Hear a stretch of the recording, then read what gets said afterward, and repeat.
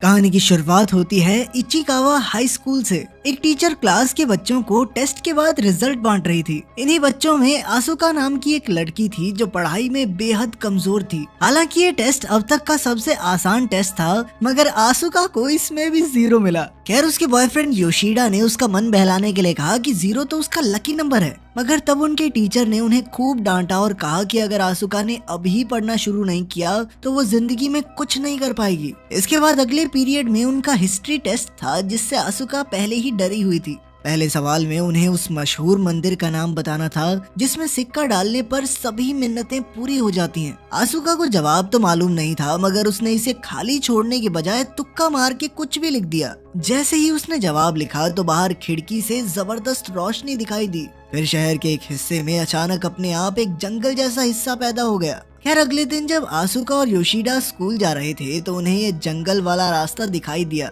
उन्होंने सोचा कि कल तक तो यहाँ कोई भी ऐसा रास्ता नहीं था, इसलिए उन्होंने खुद अंदर जाकर देखने का फैसला किया।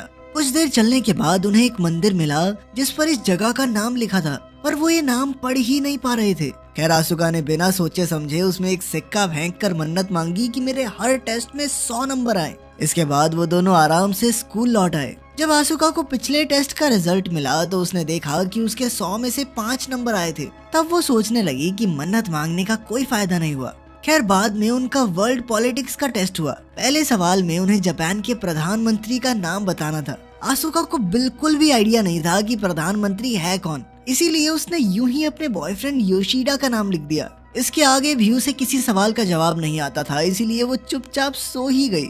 बाद में स्कूल के बाद आसुका और योशिडा दोनों आसुका के घर गए। जैसे ही वो दोनों अंदर घुसे तो आसुका के माँ बाप में बहसबाजी चल रही थी। आसुका के पिता एक सेल्समैन थे जिनकी नौकरी खतरे में थी और उसकी माँ का किसी दूसरे आदमी के साथ अफेयर चल रहा था। आसुका ने योशिडा से कहा कि इनके ऊपर ध्यान मत दो, ये ऐसी लड़ते रहते हैं, और फिर उसे अपने कमरे में ले आई। तब योशिडा ने देखा कि एक कमरे के बाहर खाली प्लेट्स और बाउल्स पड़े थे। असल में आसुका का एक जुड़वा भाई भी था जिसका नाम था केसुके। केसुके पढ़ाई में बहुत ही ज्यादा अच्छा था और उसे हर टेस्ट में 100 नंबर मिलते थे, मगर एक दिन वो अपने हाई स्कूल एंट्रेंस एग्जाम में फेल हो गया। केसुके जैसा होशियार बच्चा इतना बड़ा धक्का सहन नहीं कर पाया और उसी दिन से उसने खुद को कमरे में बंद किया हुआ था। वो किसी से बात नहीं करता था और बस अपने कंप्यूटर पर वीडियो गेम्स खेलता रहता। आसुका योशिडा को ये कहानी बताते हुए थोड़ा उदास हो गई तो योशिडा उसके लिए बाजार से कुछ खाने को लेने गया। वहीं दूसरी ओर उनका टीचर टेस्ट चेक कर रहा था कि अचानक वो रहस्यमयी मंदिर चमकने लगा और टीचर का चश्मा धुंधला हो गया। कुछ देर बाद आसुका ने योशिडा को फोन करके पूछा कि वो कहाँ रह गया, तो योशिडा ने कहा कि वो बहुत ही ज्यादा बिजी है और आज उससे मिलने नहीं आ पाएगा। कॉल कटने के बाद आसुका को अपने एक दोस्त का मैसेज आया कि योशिडा बहुत बड़ी मुसीबत में फंस चुका है। तब ये खुलासा होता है कि योशिडा सच में जापान का प्रधानमंत्री बन गया था और वो कई सारे इंटरव्यूज भी दे रहा था। अगले दिन जब आसुका स्कूल गई तो उसे समझ ही नहीं आ रहा था कि उसका बॉयफ्रेंड बाजार गया था तो वो अचानक प्रधानमंत्री कैसे बन गया। और तो और बाद में खबर आई कि कई सारे देशों के प्रधानमंत्री भी लापता हो गए थे।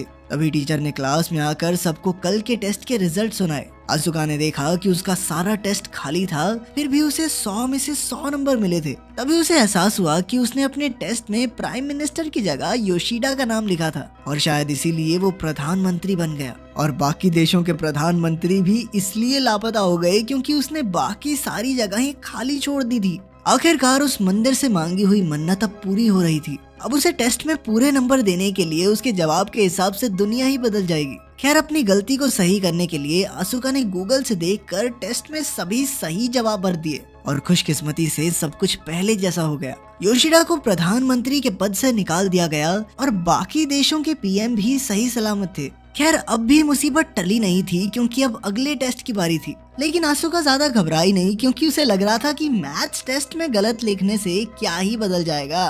फिर स्कूल खत्म होने के बाद योशिडा आसुका से मिलने आया और उसे बताया कि उसे प्रधानमंत्री के पद से निकाल दिया गया है। तब आसुका ने उसे शांत किया और अपनी नई जिंदगी के बारे में बताया, मगर योशिडा को यकीन ही नहीं हुआ कि जो कुछ भी हो रहा है वो सब आसुका की वजह से हुआ। इसलिए उसने आसुका को कागज पर कुछ लिखकर ये साबित करने को कहा। लेकिन इससे पहले ही अचानक शहर के बीचों बीच बना टावर अपने आप ही जोरों से हिलने लगा। असल में ये सब भी आसुका के मैथ्स टेस्ट में गलत जवाब देने की वजह से हो रहा था। अब आसुका और योशिडा दौड़कर टीचर के कमरे में गए और उसके टेस्ट के सारे जवाब सही किए। जिससे टावर एक बार फिर से पहले जैसा हो गया। मगर देश भर के साइंटिस्ट हैरान थे कि आखिर ये सब कैसे हो रहा है। खैर स्कूल से घर लौटते हुए आसुका और योशिडा फिर से उसी रहस्यमयी मंदिर वाले रास्ते पर पहुंचे, लेकिन वहां से अब सब कुछ गायब हो चुका था। उन्हें मंदिर का नाम भी याद नहीं था, इसीलिए उसे ढूंढना भी मुश्किल था। अब दुनिया में कोई और गड़बड़ ना हो जाए, इसीलिए आसुका को अब जी तोड़ मेहनत करके हर टेस्ट के अंदर सही जवाब देना होगा।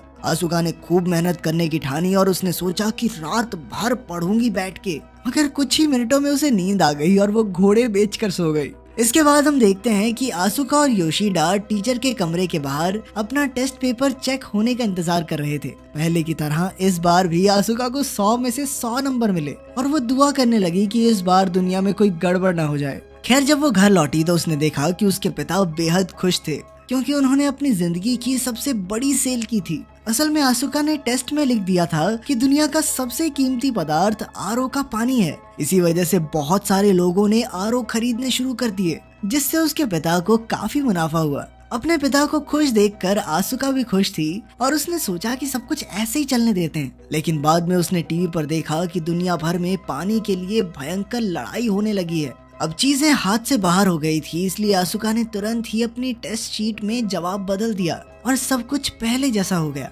तभी उसके दिमाग की बत्ती जली और उसने अपनी इस ताकत के जरिए अपने माँ बाप की लड़ाई सुलझाने की सोची। अगले दिन जब टेस्ट में उससे पूछा गया कि कौन सा एस्ट्रोनॉट अंतरिक्ष में जाने वाला है, तो उसने अपनी माँ के नए बॉयफ्रेंड का नाम लिख दिया। इसी वजह से उस आदमी ने आसुका की माँ से ब्रेकअप कर लिया और अगले दिन वो अंतरिक्ष में चला गया। ब्रेकअप के बाद उनकी माँ अपने परिवार को समय देने लगी और उनकी जिंदगी फिर से खुशहाल हो गई। अब आसुका को अपने भाई केत्सुके की मदद करनी थी, इसीलिए उसने अपने अगले टेस्ट में लिखा कि उसका भाई केत्सुके अपने कमरे से बाहर आकर सबको गुड मॉर्निंग कहेगा। लेकिन ये प्लान पूरा होने से पहले ही फेल हो गया, क्योंकि केत्सुके के बाहर आने से पहले ही उसके पिता केत्सुके के कमरे में जबरदस्ती घुस गए और उसे बाहर आने को कहने लगे। इससे उनके बीच में काफी बहसबाजी शुरू हो गई और बातों ही बातों में पता चला कि आसुका के पिता को फिर से नौकरी से निकाला जाने वाला है और उसकी माँ फिर से किसी और से बातें करने लगी है। तब आसुका को एहसास हुआ कि उसकी शक्तियों के इस्तेमाल से घर की हालत कुछ ही समय तक ठीक हो सकती है, लेकिन वो हमेशा के लिए तो नहीं टिकेगी। तब उसने खुद अपने भाई से बात करके उसकी मदद करने की सोची, मगर वो कोई जवाब नहीं दे रहा था। इसलिए आसुका उसके कमरे के बाहर बैठकर जोर जोर से टेस्ट की तैयारी करने लगी। केसुके बेहद होशियार था और जब भी आसुका कोई गलती करती तो अंदर से तो उसके आता था कि इसको ठीक कर दूं, पर फिर भी उसने कई दिनों तक कुछ नहीं कहा। और फिर एक दिन जब आसुका ने बड़ी ही आसान सी मैथ्स प्रॉब्लम भी छोड़ दी, तो आखिरकार केसुके बोल उठा और उसने आसुका को वो मैथ्स प्रॉब्लम सॉल्व करनी सिखाई। अब केसुके चाहे बंद दरवाजे से ही लेकिन बात तो करता था और उसकी मदद से आसुका भी दिल लगाकर पढ़ने लगी। फिर कुछ ही दिनों में उनके पिता ने खुद सेल्समैन की किताबें पढ़ना शुरू किया और अपने काम को और बेहतर करने की कोशिश की। इधर उसकी माँ ने भी अपने सभी बॉयफ्रेंड्स के नंबर डिलीट कर दिए और अपने परिवार पर ध्यान देने का फैसला किया। खैर एक हफ्ते बाद आसुका बिना किसी मदद के टेस्ट में 100 में से 100 नंबर ले आई। वो दौड़कर ये खुशखबरी केसुके को सुनाने गई, पर उसने तब भी दरवाजा नहीं खोला। फिर अगली सुबह जब घर में सभी लोग खाना खा रहे थे,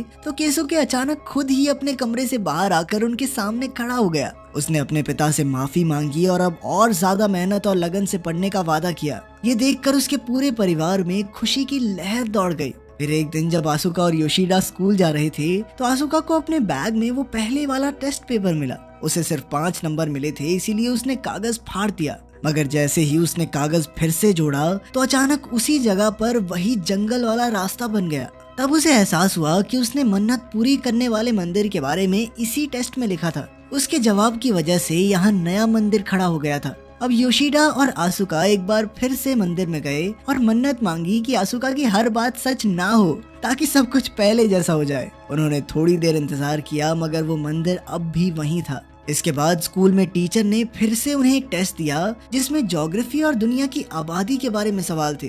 तभी अचानक आसुका को याद आया कि उस मंदिर में सिक्का डालने पर ही इच्छा पूरी होती है, यानी सब कुछ पहले जैसा करने के लिए उसे सिक्का वापस निकालना होगा। उसने फटाफट टेस्ट पूरा किया और मंदिर में से सिक्का निकालने पहुंची, मगर वो सिक्का एक बक्से में बंद था। आसुका ने एक लकड़ी से सिक्का बाहर निकालने की कोशिश की और वो कामयाब भी होने ही वाली थी। वहीं दूसरी ओर केसुके और उसके माँ बाप उसके भविष्य के बारे में बातचीत कर रहे थे। वो जिंदगी की एक नई शुरुआत करने के लिए काफी उत्सुक था। उसकी माँ ने भी सबको परेशान करने के लिए माफी मांगी और आखिरकार सब कुछ ठीक हो गया। उधर आसुका का टीचर उसका टेस्ट पेपर चेक कर रहा था और उसे हमेशा की तरह 100 नंबर मिले। लेकिन फिर उसी वक्त आसुका ने अचानक सिक्का फिर से गिरा दिया और सिक्के में से अद्भुत रोशनी निकली। कुछ ही पलों में हम देखते हैं कि मंदिर के बाहर कोई नहीं था, बल्कि पूरा शहर, देश, यहाँ तक कि पूरी दुनिया खाली हो चुकी थी, मानो सभी इंसान एक ही झटके में गायब हो गए हों। अंत में हम देखते हैं कि आसुका के टेस्ट में आखिरी सवाल था कि दुनिया की आबादी कितनी है। आसुका ने वो जगह खाली छोड़ दी जिस वजह से पूरी दुनिया के इंसान गायब ही हो गए। अगर